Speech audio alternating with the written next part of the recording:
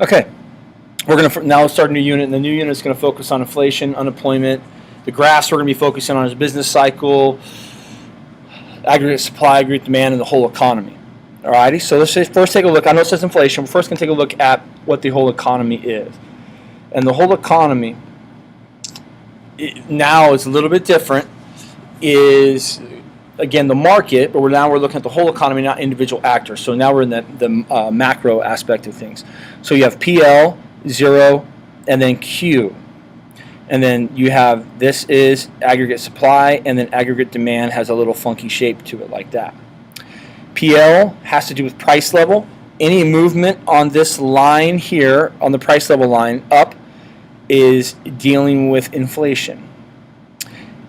AD is aggregate demand. AS is aggregate supply. QF, right here in the center of all this, is called full employment.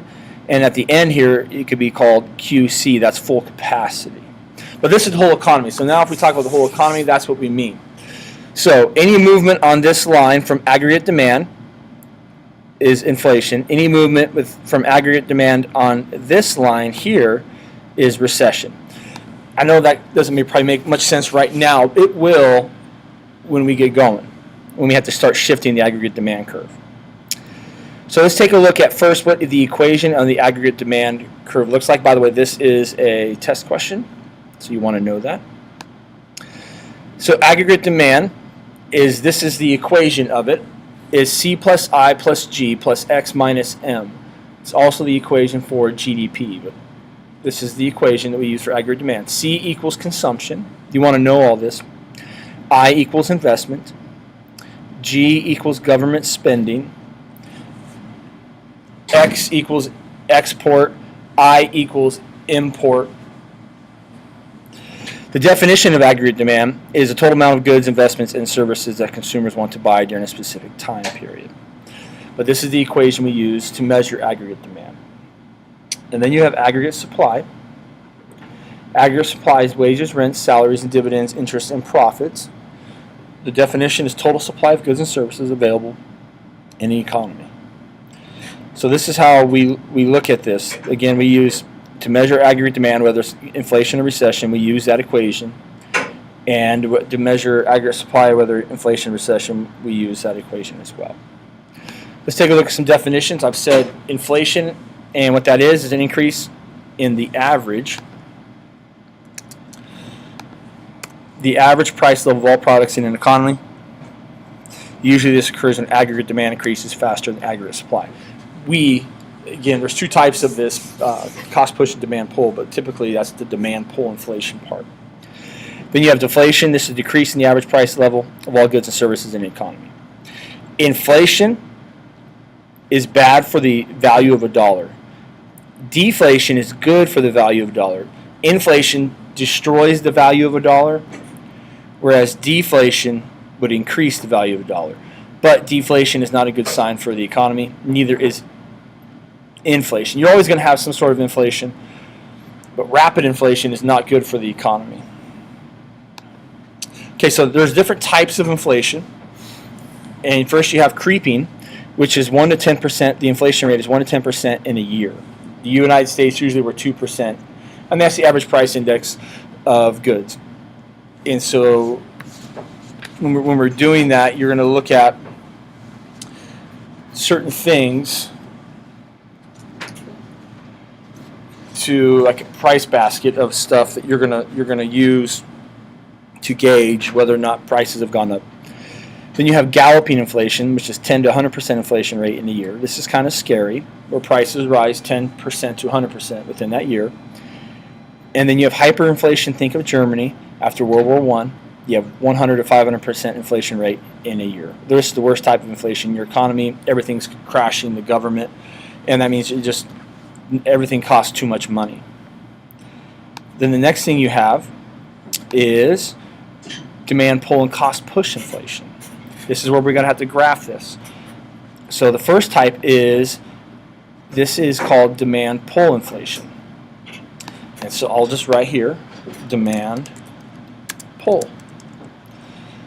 And so demand pull inflation is caused by excessive demand. That's it. So we're back to the whole economy. and we have aggregate demand here, and then it's getting aggregate demand from excessive inflation is getting pushed to the right. It goes up, so you have PL1 here, and then PL2 here. That's the new equilibriums. So you want 81 to 82. Price level went up, and the movement was on this line here, so that is dealing with inflation. So that's demand pull inflation. The next one is going to be called cost push inflation. And cost push inflation is, I'm going to do this with us together because last night doing this. In a moment, it's not the movement of this. So let me delete this, and delete that. This is correct. So what you're going to do is show you.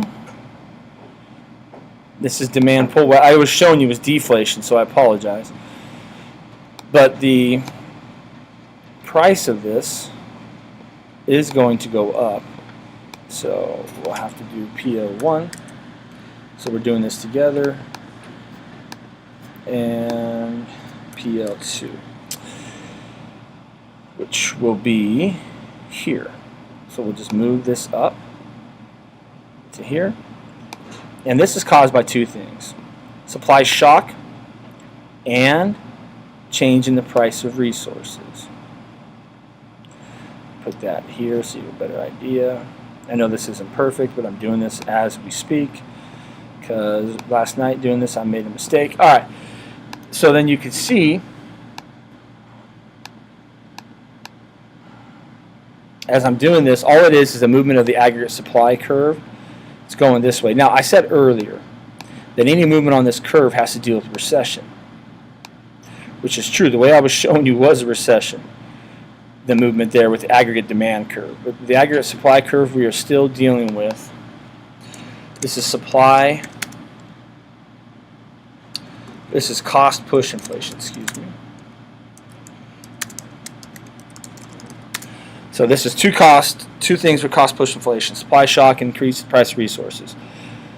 So you have aggregate supply 1, and then you're going to have aggregate supply 2. And if you notice, I got to get this down, but let's go 12. I got to get this down. And then if you notice here, it is a movement of the arrow going up on the price index level. Right here, we went up. So any movement up on this is dealing with inflation. So this moved up. When the line goes up here, it deals with inflation. Line goes up here, it deals with inflation. When you get both cost push and demand pull inflation, then you have what's called the wage price spiral.